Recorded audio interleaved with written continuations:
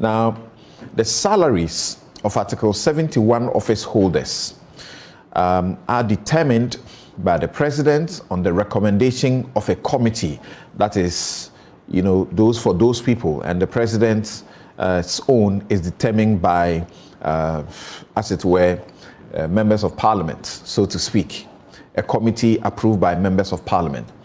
Now, the Speaker and Deputy Speakers, the Chairman and Deputy Chairman of the EC, members of Parliament, commissioners for the Shraj, the Chief Justice and other justices of the Superior Court, the Auditor General, District Assembly's Common Fund Administrator, and other commissioners. Article 71, that's who they are. Salaries determined by Parliament on the recommendation of a committee. For the President, the Vice President, Chairman, and other members of the Council of State, and Ministers of State and their deputies. At the last time, these were the recommended salaries that, as we speak, is what the President, the ministers, and these people are taking. The President is supposed to be taking 47,000 a month, 47,277. The Vice President takes 39,000. The Speaker of Parliament takes 35,000. That's a month. Chief Justice takes 34,000. Cabinet Minister, who is also an MP, takes 33,000. Cabinet Minister, who is not an MP, takes 32,000. I'm not adding the coins that's attached. I say coins, but it's not coins. Then you have Chairman, Council of State, takes 28,400 plus. Member of Parliament takes 28,000 plus. Member of the Council of State takes 26,000 plus. You also have, in the question of the ex-Gracia, so when they are done with the 4 years, what they are entitled to take away as, if you call it pension, so to speak. The President, 659,000. The Vice President, 549,000 plus. The Speaker of Parliament, 488,000 plus. The Cabinet Minister, who is also an MP, takes 464,000 plus. Cabinet Minister, who is not MP, takes 457,000 plus. Member of Parliament takes 390,000 plus. That's a little less than the Council of State people. Member of the Council of State, that is 366,000 plus. That's how it looks like. The question is being raised about the Council of State too. And guess what? Many of the people, some of the people sometimes that you find in the Council of State, they would have already retired from their positions as Chief Justice, from IGP, and the rest of them, and they will still find their way into the Council of State. They would have taken ex-Gracia. Take, for example, E.T. Mensah. He served as Member of Parliament, he served as a minister for how many years? And for each time, after every 4 years, he took his ex-Gracia. He's in the Council of State now.